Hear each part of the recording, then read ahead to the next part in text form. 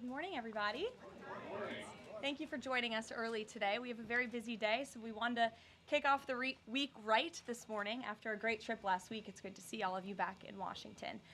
This afternoon in the Rose Garden, President Trump, alongside First Lady Melania Trump, will sign the Take It Down Act into law. First Lady Melania Trump was instrumental in getting this important legislation passed. The Take It Down Act will protect victims of digital exploitation, hold internet platforms accountable by requiring them to remove such imagery from their platforms, and provide justice for victims by allowing prosecutors to go after those who publish non-consensual explicit images online. The First Lady met with members in the House and the Senate, survivors and their families, and advocates throughout the process to get this bill across the finish line. We are grateful for the First Lady's hard work and dedication to this issue. And moving forward, she will continue to champion the well-being of our nation's children through her Be Best agenda. I know the President looks forward to signing that bill into law later this afternoon, and we will see you all there. In other news, the One Big Beautiful Bill passed the House Budget Committee last night, bringing it one step closer to final passage. The One Big Beautiful Bill is perfectly named because it represents a once-in-a-generation opportunity to deliver on the Make America Great Again agenda responsible for President Trump's landslide victory on November 5th. The America First policies in this bill are the reason why Republicans currently have the majority in Congress right now. Passing this bill is what voters sent Republicans to Washington to accomplish. And that's why it's essential that every Republican in the House and the Senate unites behind President Trump and passes this popular and essential legislative package. This bill will be the single most pro-small business, pro-family, and pro-American worker legislation ever. This bill will give Americans the largest tax cuts in our nation's history. When Republicans pass the bill, Americans will be keeping more of their hard-earned money and taking home much bigger paychecks. The One Big Beautiful Bill will deliver some of President Trump's central campaign promises. No tax on tips for our hardworking waiters, waitresses, and service workers. No tax on overtime for our law enforcement officers, our firefighters, and all those Americans who are putting in extra hours to make ends meet. And a large tax deduction on interest payments for Americans who purchase American-made cars. Despite desperate Democrat lies, the biggest beneficiary of this tax cut will be working-class Americans and their families. Americans earning between $30,000 and $80,000 per year will pay about 15% less in taxes after this legislation is passed. And according to a brand new paper from the White House Council of Economic Advisors, the average family with 2 children's take-home pay will be up to $13,000 higher because of the increase in wages and reductions in tax obligations. The CEA study also said that the average overtime worker receives a tax cut of roughly $2,000. Again, this is great news for our nurses, our police officers, and all those who work overtime to make ends meet across our country. Put simply, President Trump's One Big Beautiful Bill will be a boon for working-class America. This One Big Beautiful Bill is also pro-family. It will increase the child tax credit to $2,500 per child, establish optional savings account for newborn babies with a $1,000 credit added, and strengthen paid family leave. This bill also delivers historic tax relief to America's seniors by allowing middle and low-income Social Security recipients to deduct an additional $4,000 in payments from their taxable income. If Democrats get their way and the Trump tax cuts are not extended, Americans will face the largest tax hike in history to the tune of $4 trillion. Republicans must not side with Democrats in helping them raise taxes. The One Big Beautiful Bill also provides critical protections of Medicaid, which will strengthen and preserve the program for decades to come through common sense efforts to eliminate waste, fraud, and abuse. Medicaid will no longer be used to pay for barbaric gender mutilation procedures on minor children. And the 1.4 million illegal aliens who are currently improperly receiving Medicaid benefits will be kicked off the program to preserve it for hardworking American citizens who need it. President Trump and Republicans are protecting Medicaid benefits for pregnant women, children, disabled individuals, low-income seniors and families, and the most vulnerable Americans in our society. And that's what Democrats are so angry about. Basic Medicaid protections that will stop the funding of transgender insanity and illegal aliens from ripping off American taxpayers. As you all know, over his first 4 months in office, President Trump ended the previous administration's open border crisis and secured our homeland in record time, all using executive authority. Now Congress needs to act. The One Big Beautiful Bill is the most significant investment in our nation's border patrol and law enforcement agents in our nation's history. The bill ensures that President Trump's popular and successful border security measures are made permanent. Republicans have the backs of Border Patrol and ICE agents who were put through hell over the past 4 years and have quickly worked to secure our southern border. And that's why this bill gives them more resources to do their jobs, including a $10,000 much-needed bonus to ICE agents and Border Patrol agents over the next 4 years.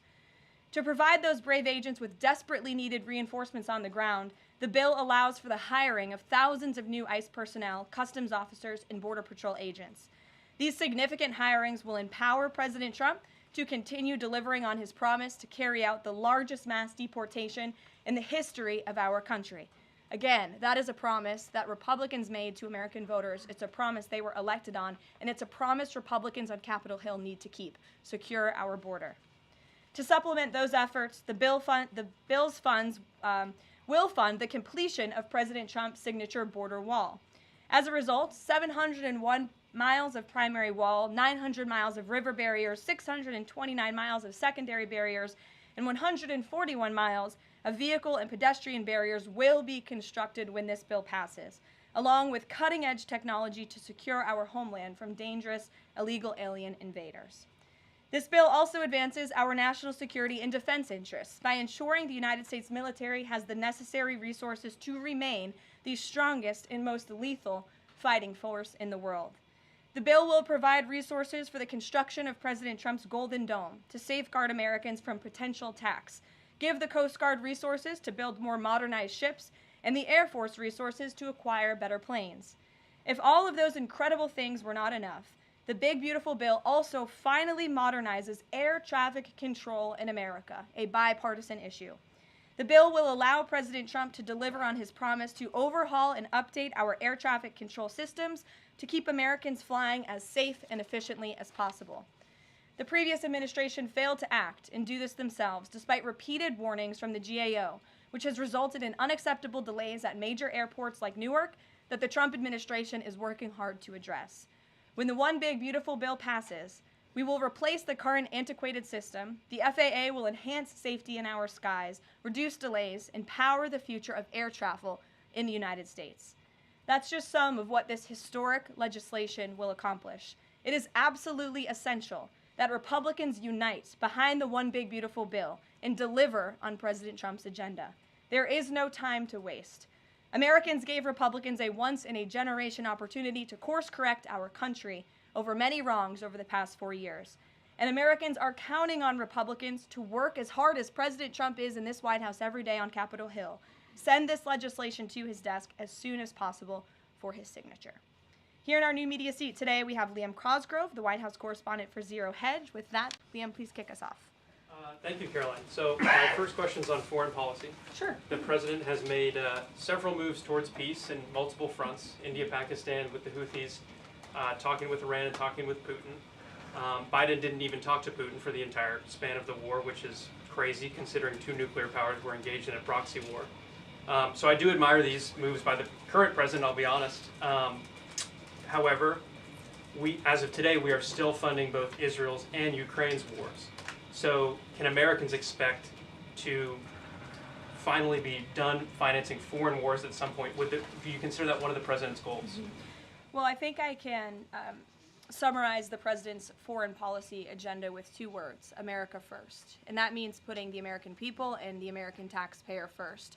And that's why the president is moving as quickly as he possibly can and working overtime to end these conflicts in both Israel and in Gaza, and also the Russia-Ukraine war. As you all know, the president will be speaking with Putin at 10 o'clock. He plans to call President Zelensky when that call concludes. I spoke to the president about that call at 10 o'clock. I don't want to get ahead of those very important conversations, but of course you will hear directly from the president or me after those calls conclude today. So you can expect that.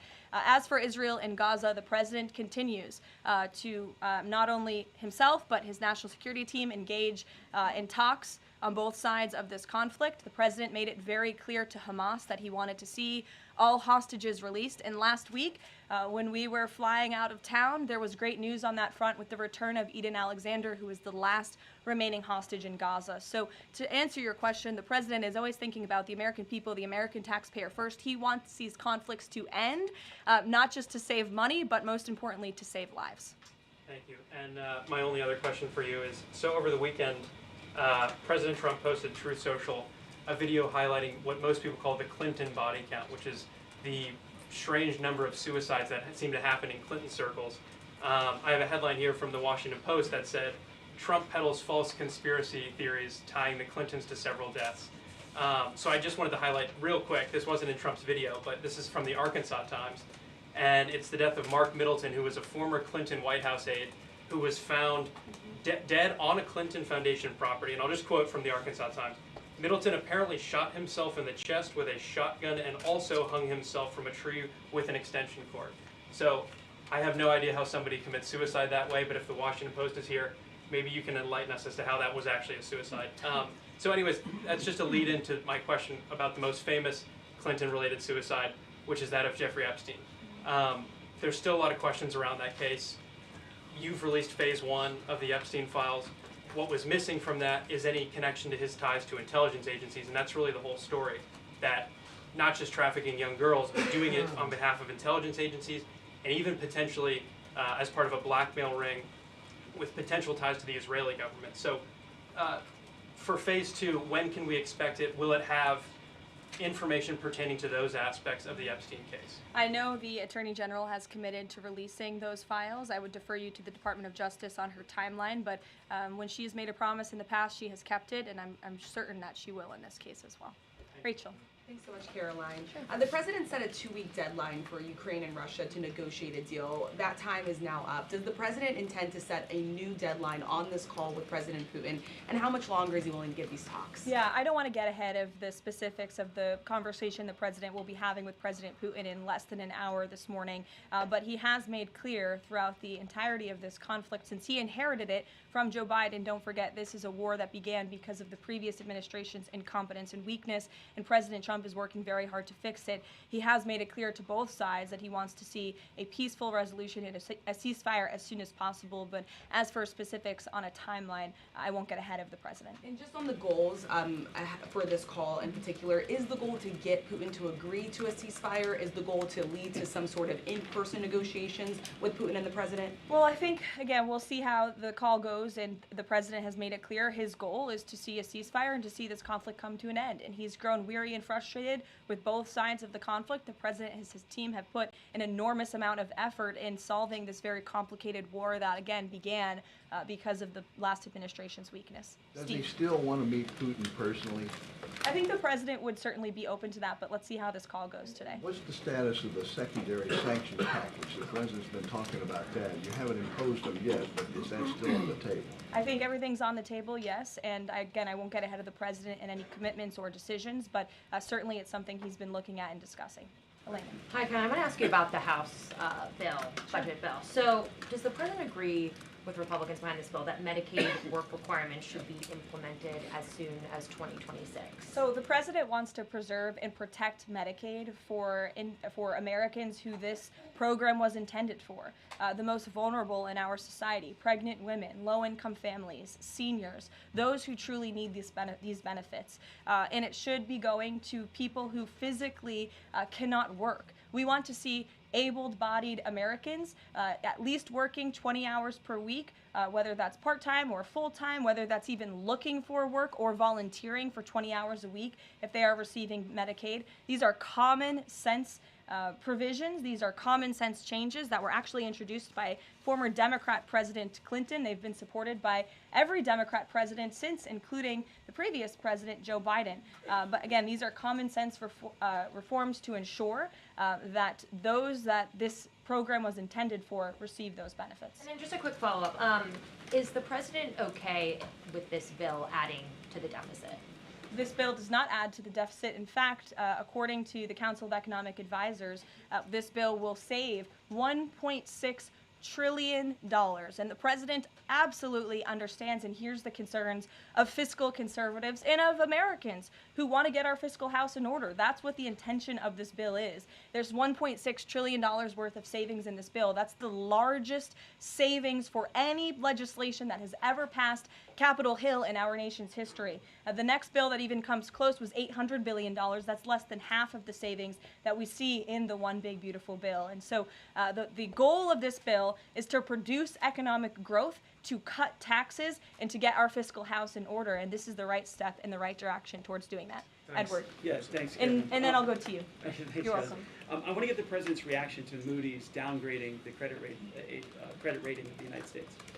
Sure. Well, look, the president talked about this over the weekend. The Secretary of Treasury also talked about it. When you look at the world has confidence in the United States of America and our economy once again. The president just last week secured trillions of dollars in investments from countries in the Middle East. We have seen trillions of dollars of investments flowing into our economy since the president took office. That is because America or people around the world have confidence in the United States of America. And if you also just look at the raw economic data that we're seeing, last week when we were out of town, inflation dropped once again. Oil prices are dropping, gas prices are dropping. The president has added nearly 500,000 jobs to the American economy already. So there's a lot of optimism in this economy, and the president disagrees with that assessment. And I want to ask you one more thing, if I could. On your Middle East trip, the United Arab Emirates is getting some of the most advanced AI chips, and there's agreements there. The UAE is the newest member of BRICS. Is there a concern from the president that those chips and the technology will pass through to China, India, Russia, and Iran? Part of going to the Middle East was to ensure that the United States, that this part of the region, our Gulf partners, know that the United States of America is there for them again, and that they should be investing in the United States, not in China. And these AI agreements, particularly the one the Secretary of Commerce signed in the UAE, has security guarantees to ensure that China is not getting the advantage, but the United States is getting the advantage when it comes to AI, and that the UAE and the U.S. are working hand in hand together to invest in this space. So you read the agreements, there are security guarantees, and this was a great trip for the country, no doubt. Go ahead. Thanks, Caroline. Prime Minister Netanyahu of Israel has said today that Israel will take control of all of Gaza. Is that a goal that President Trump is comfortable with, or that he supports? I'll have to talk to the president about those comments as they just came, I believe, from the prime minister this morning, and I'll let him speak on that. The president has made it very clear he wants to see this conflict in the region end. He wants all hostages to be released. He was pleased that Eden Alexander was returned home safely to his loving family. The president spoke with Eden directly while we were traveling to the Middle East last week. As for the prime minister's comments, I'll let the president himself respond to those. Sure. Two questions. One, how involved does the president intend to be directly in talking to House members about the bill over the next couple of weeks or the next week? Sure. Well, over the weekend, the president was in direct conversation and communication with the Speaker of the House. He's been very involved. He always is. He's willing to pick up the phone when he is asked to. So he'll continue to be very engaged in this process with both House members and his friends on the Senate side as well. And on former President Biden's cancer diagnosis, the president put out a very nice message on Truth Social. Has he talked to President Biden directly? Does he intend to call? What does he intend to say directly? Not to my knowledge. I don't believe they have spoken, but I'm sure the president would be open to doing that. I spoke to him last night about the former president's cancer diagnosis, and the statement that he put out was the initial reaction he had with me on the phone as well. Peter. Follow up on former President Biden. White House doctors may have missed the early stages of his prostate cancer. So is President Trump worried about the quality of care that presidents get here? Not as far as President Trump is concerned. The White House physician we have here is phenomenal, and the team of physicians that take care of the president particularly at Walter Reed Medical Center, are great. The president had his physical recently, as you know. He had perfect results. He's in very good shape. I think those of you who traveled to the Middle East with us last week can attest to the president's endurance. And by the way, I will add, we returned home from a very long and tiring trip last week. And on Saturday, where was the president? In the Oval Office working all day. He doesn't stop, he doesn't quit, he's in great health, and he trusts his physicians. Two more things. Putin ghosted everybody at these peace talks last week. As President Trump phones him today to try to figure out an end to the Ukraine war, does he think that Putin is the good guy or the bad guy? I'll let the president speak on that conversation later. He's made his feelings about both sides of this war quite clear throughout it. He wants to see it end. And Annie, the go last ahead. one, what does President Trump mean when he says that Taylor Swift is no longer hot? Look, he is speaking about Taylor Swift's political views and how perhaps it has impacted the support of the American public for her work, and I will leave it at that. Annie, go ahead. Thanks so much, Caroline. I'm just going back one more time to the White House Medical Office because there seems to be some question about this with regard to President Biden's screening. Can you say whether or not President Trump is screened for prostate cancer as part of his physical? To the best of my understanding, he is, but we can certainly check in with the White House physician and go back and look at that physical report. And then just one other question. Recently, Stephen Miller at the White House made some comments about considering suspending habeas corpus. And I'm curious if there's any update on how the White House is exploring that option to enact the president's agenda. I don't have any update at this time, but I can check in with our Deputy Chief of Staff. Mary Margaret, go ahead. Thanks, Caroline. Given the ongoing revelations about the former president's mental acuity and how staff and media covered that up, especially with the release of this book, 2 days, I think, is there any interest in further scrutiny of Kevin O'Connor, the former president's physician? I'll let the president speak on that. I spoke to the president again about the former president's health diagnosis last night, and he wanted to extend his warmest wishes to the former president and his family. But as for any further action, I'll let the president speak on that first. Michelle. Vice President Vance's meeting with Zelensky. Can you share any more information on that?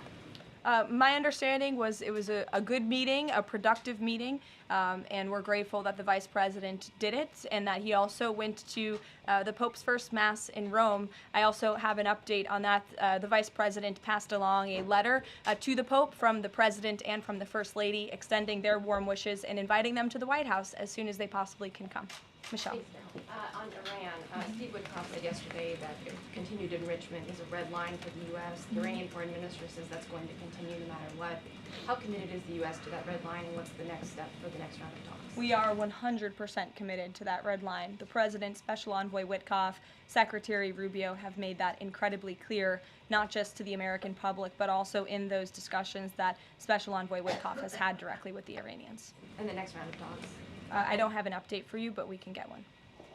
To the back row. Go ahead. Thank you, Caroline. You're welcome. South Africa's president says he's going to come to the White House to meet with President Trump on Wednesday. What are the president's expectations for that trip? And South Africa's president recently said he believes the folks that have been resettled here recently are cowards running away from problems in South Africa. Does the White House have a response to that? So I did see the South African president put out that statement. I want to confirm on our end with our Secretary of State and National Security Advisor, and we'll get back to you on that. Monica. Thanks, Caroline.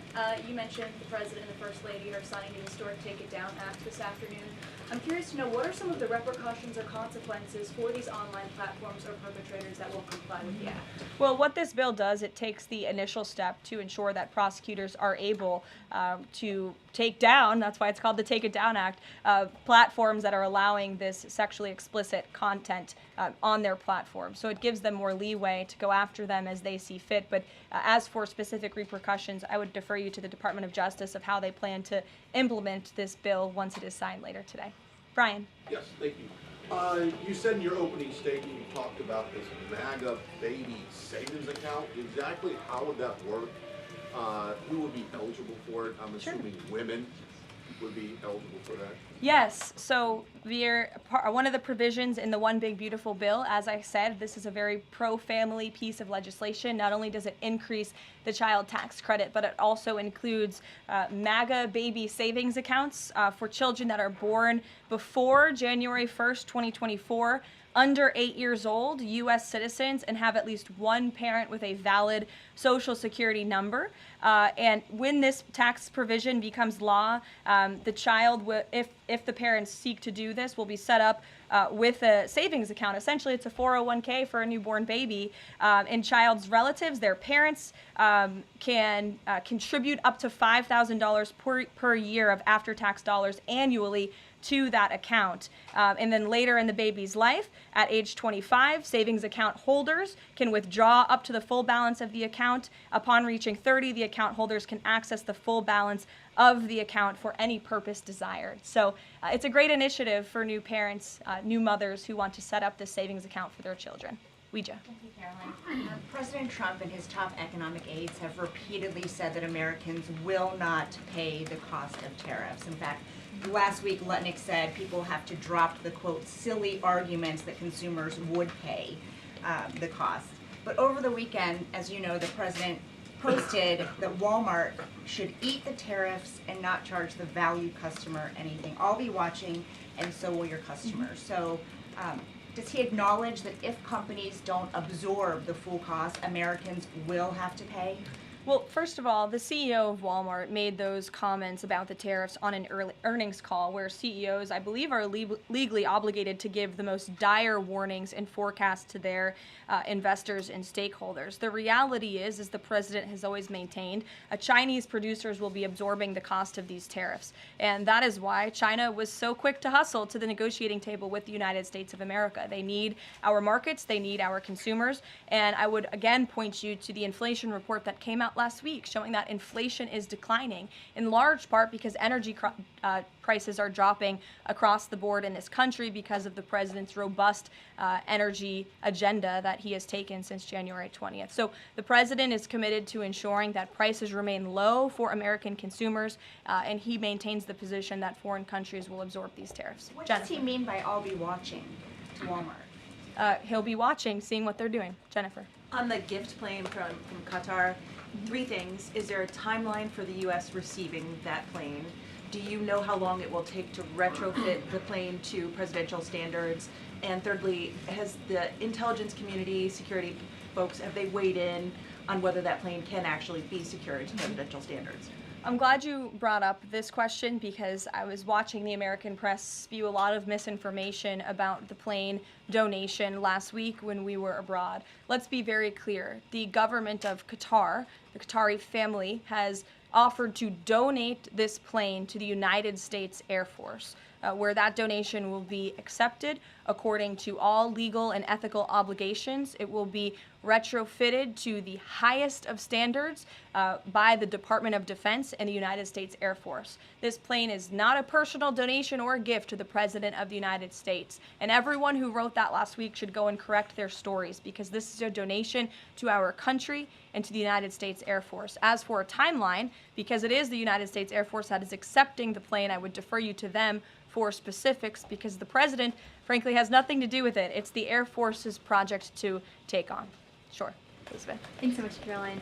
Did the president call fiscal conservatives who were hesitant to vote for the Big Beautiful Bill? And if so, what did they say? What did he say? I don't reveal the president's private discussions unless he gives me the liberty to, but he has been engaged in this process. He spoke to the Speaker of the House, and he will continue to make those phone calls if it's necessary for him.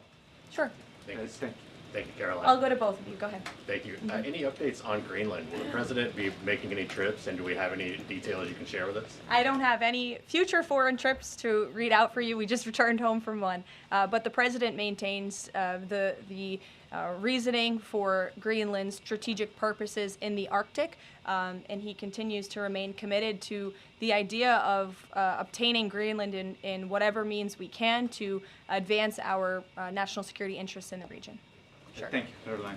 I have a question. Was Lebanon part of the discussions during the Middle East tour, and did you meet with any Lebanese representatives?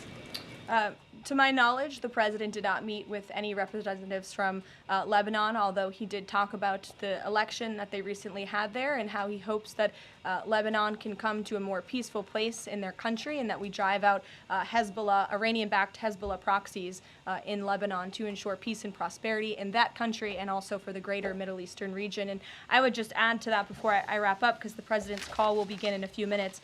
The president's historic tour to the Middle East last week truly reset our foreign policy agenda in that region. I think actually, in fact, the Washington Post had a headline, President Trump remakes U.S. foreign policy in the Middle East. And that's absolutely true. He took a courageous and bold step to lift sanctions on Syria. He strengthened our ties with our Gulf partners, and he put Iran into a very difficult position because the United States of America is back. And I will summarize the president's trip with an anecdote that I heard directly from a member of one of the foreign delegations. I asked him how hopeful their country was when they learned President Trump won the election. And he told me when President Trump won the election, it was like the lights turned on in a dark room. For the past 4 years to the rest of the world, America was dark. We were unresponsive. We did not pick up the phone. We did not return calls.